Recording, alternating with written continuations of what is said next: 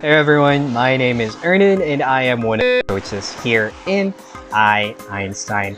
I do conduct a lot of the speaking tests myself, and in so doing, I have become witness to a lot of the impressions that our students have, which are faulty and unhelpful in their overall objective of getting that holy grail of a band 7.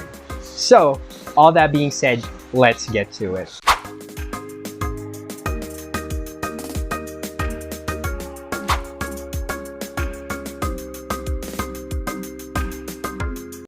Almost from the get-go, especially for those taking their speaking test for the first time, they get this false impression that they're joining the Miss Universe. This is entirely inaccurate given that IELTS is a measure of your ability to be able to speak in the real world. And in the real world, very few people do join beauty pageants. It also wouldn't make sense to think that our examiners are evaluating us just like judges in a pageant.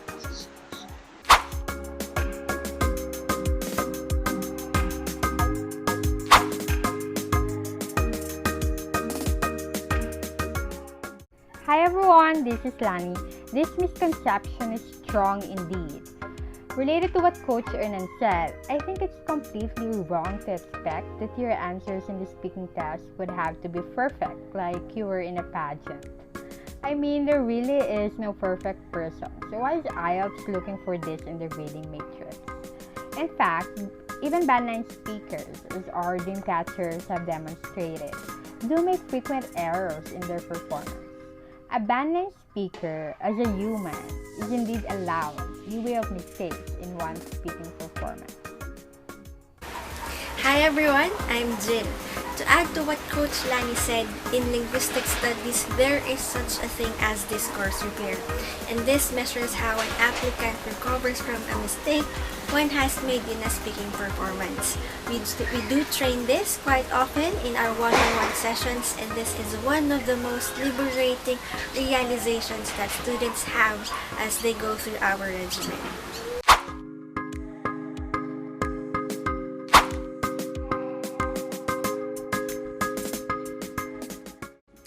Hi, all the way from the UK. My name is Chet and I represent the UK marketing arm of IELTS Einstein. I remember when I took my IELTS 2 years ago, one of the things that is clear to me is that fillers are natural features of human speech, and that's perfectly okay to use these fillers in IELTS exam, but not for Miss Universe pageant.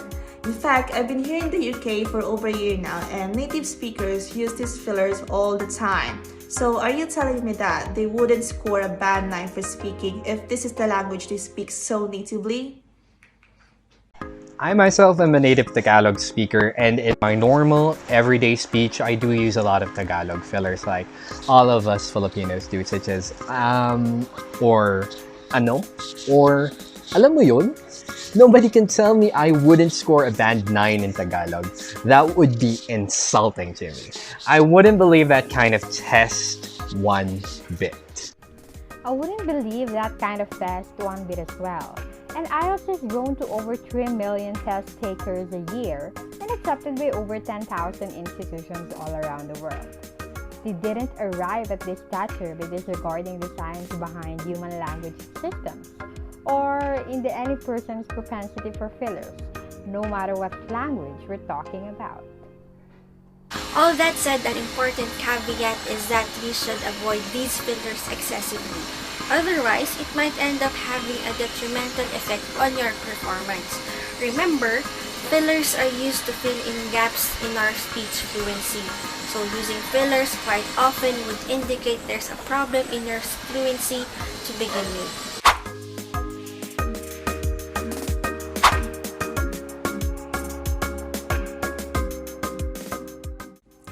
I scored band 7 in IELTS speaking, and I remember I was thrown a question, quote unquote, a sense of community. And honestly, I just had to guess my answer to that one, which according to my coach turned out to be the correct response. But if you were to receive a question or topic that you are not familiar with, you could actually use a disclaimer.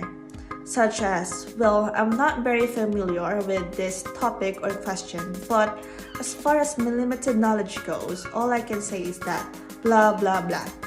And actually, these disclaimers are good enough to give the correct context cue that somehow absolves you from any further deductions from the test. Well, the problem with pretending to know something you don't know is that you might end up inadvertently giving a response where the examiner detects that you actually don't know what you're talking about. Yeah, examiners are smart people, so it wouldn't be good to challenge their intellect. I guess the linguistic term for this is circumlocution, which loosely translates to going around the gap in your speech. That's another aspect of linguistic science that we train our students for.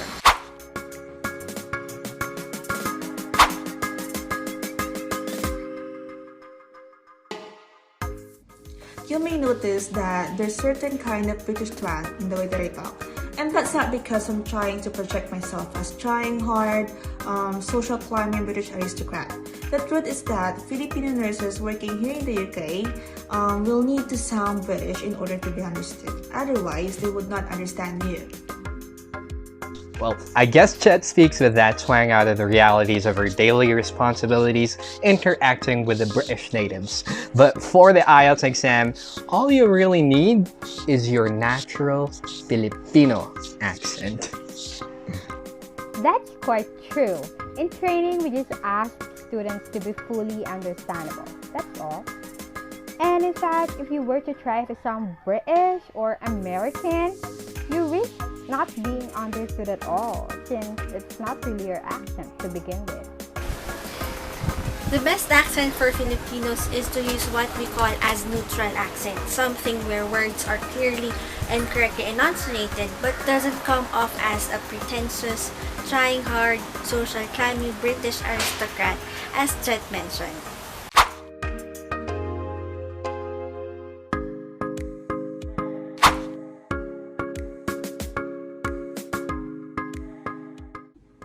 I actually scored Band 7 in IELTS speaking. And to be honest, I didn't have any highfalutin vocabularies with me at all. But what I did is to make sure that I had good control of my grammar. If you do have an impressive vocabulary range, then that would indeed help you score beyond the Band 7. In fact, the high scorers we've had all share that characteristic depth of lexical resource. But for a Band 7 alone, all you really need is simple English.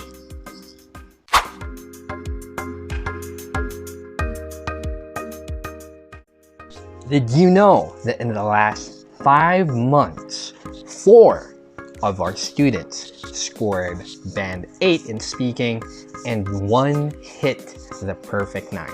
That record doesn't mean to in any way belittle the accomplishments of those who reached Band 7.5 or Band 7. All these scores are significant scores, indicative of hard drilling and dedicated practice. Yeah, and in a nutshell, that is what Einstein is. We are personalized, customized, and individualized. We are output-based and drill-intensive, and not a boring lecture-centered review entity. But most of all, because of our goal-driven orientation. As long as the students complete the basic output requirements, they will surely bid farewell to IELTS forever. That is now what we meant when we say we have time-bound, not time-unlimited methodology. And this is gonna be all over really soon with Einstein. And because of all that, we have made IELTS really easy. And proof of that is me. I am a product of IELTS Einstein methodology, and I am proudly one of its dream catchers.